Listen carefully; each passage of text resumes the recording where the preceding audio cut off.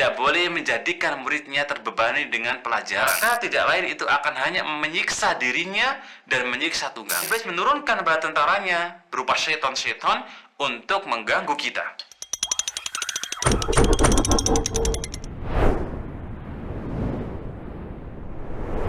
Bismillah. Assalamualaikum warahmatullahi wabarakatuh. Alhamdulillah, ma ba'd. Jamaah sekalian, kaum muslimin dan muslimat, sahabat MPD dimanapun antum dan antuna berada, rahimakumullah. Sebuah nikmat yang agung Allah berikan kepada kita. Pada pertemuan ini kita bisa menyambung kembali, bisa melanjutkan kembali liqa kita, madrasah kita di Babul Adab, di mana kita sampai pada pembahasan sebuah tema yang mungkin ini bisa kita rasakan di saat kita belajar, yakni seorang guru tidak boleh membebani muridnya, tidak boleh menjadikan muridnya terbebani dengan pelajaran. Sebuah tema yang kemudian hendaknya kita pahami. Ini bagi para mudarris, bagi para guru, bagi para ustadz, juga mungkin bagi para da'i yang barangkali mempunyai audien yang beragam. Perlu diperhatikan setiap audien kita, setiap santri kita, mereka seperti apa kondisinya. Dalam kondisi siap untuk menerima pelajaran, ataukah dalam kondisi yang mereka belum siap menerima pelajaran. Maka jangan kemudian sebagai seorang muallim atau seorang mudarris, seorang guru, atau mungkin seorang ustadz ketika memberikan materi, dia asal memberikan materi tanpa dilihat audien atau posisi audiennya. Maka di sini ada satu di antara perkataan Nabi SAW yang kemudian para ulama memberikan sebuah catatan yang sangat bagus ketika kemudian Nabi kita bersabda, illa mumbatta la ardon qata'a wala dohron abqa. Jadi ketika kemudian seseorang ini dalam perjalanannya, kan ada kadang-kadang orang itu dalam perjalanannya dia memaksa diri. Dia memaksakan diri untuk dia berjalan, memaksakan diri untuk kemudian dia memaksakan dia sampai ke tujuan. Padahal dia dalam kondisi yang mungkin berat. Nah, dalam kondisi seperti ini ketika kemudian dia dalam kondisi berat, tapi dia paksakan untuk safar, maka tidak lain itu akan hanya menyiksa dirinya dan menyiksa tunggangannya. Nah, dalam bab ini para ulama menjelaskan, ketika dalam belajar seorang mudarris, seorang guru harus tahu tuh kondisi audien masing-masing.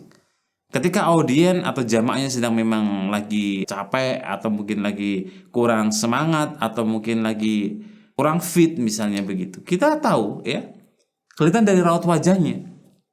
Maka kita break terlebih dahulu. Ya, kita istirahat, kayak semacam mungkin ya sentuhan-sentuhan bercandaan kepada mereka untuk menumbuhkan dan meningkatkan ya semangat mereka dalam belajar. Karena dalam belajar itu menerima ilmu itu sesuatu yang sangat berat, tidak ringan. Ya. Untuk mendapatkan dan menerima ilmu itu tidak berat. Sebagaimana kita lihat bahwa Nabi kita Muhammad bin Abdullah Shallallahu Alaihi Wasallam ketika beliau mendapatkan wahyu, beliau merasakan begitu beratnya wahyu itu. Sama suatu ketika pernah Ibnu Abbas radhiyallahu taala anhu, beliau pernah ketika itu kemudian hampir tersungkur ketika kemudian ya memegang ya, bahkan ketika itu dipegang oleh Nabi Shallallahu Alaihi Wasallam dan sedangkan wahyu waktu itu turun. Berarti menerima ilmu itu butuh pertama adalah posisi jiwa yang memang bersih, kemudian secara ruhiyah itu kita juga benar-benar sudah kita hadirkan, kemudian secara jasadiah juga kita memang sudah siap. Kemudian secara mental pun juga harus memang benar-benar siap. Peralatan belajar, kondisinya fit, ya. Karena dalam menerima ilmu itu tidak gampang, tidak mudah. Kita katakan tidak mudah. Ya, apalagi ilmu din. Perbedaan ilmu din dengan ilmu dunia, bisa kita katakan lebih mudah mendapatkan ilmu dunia daripada ilmu din. Kenapa? Karena di saat orang belajar ilmu din, maka di situ setan akan membawa kita dari kanan kiri. Berbeda halnya dengan orang belajar ilmu dunia. Tidak perlu diganggu oleh setan karena memang ya urusan dunia ya itu urusan manusiawi. Tetapi kalau terkait dengan urusan agama, pemahaman agama, belajar ilmu din, memahami syariat, maka iblis menurunkan bala tentaranya berupa setan-setan untuk mengganggu kita.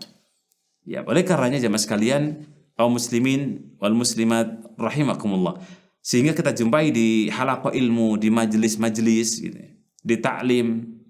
Banyak di antara para thalabul ilmi terkadang karena mungkin gangguan dari setan kanan kiri, mereka ngantuk. Dibikin mereka seakan-akan kemudian memang berat gitu.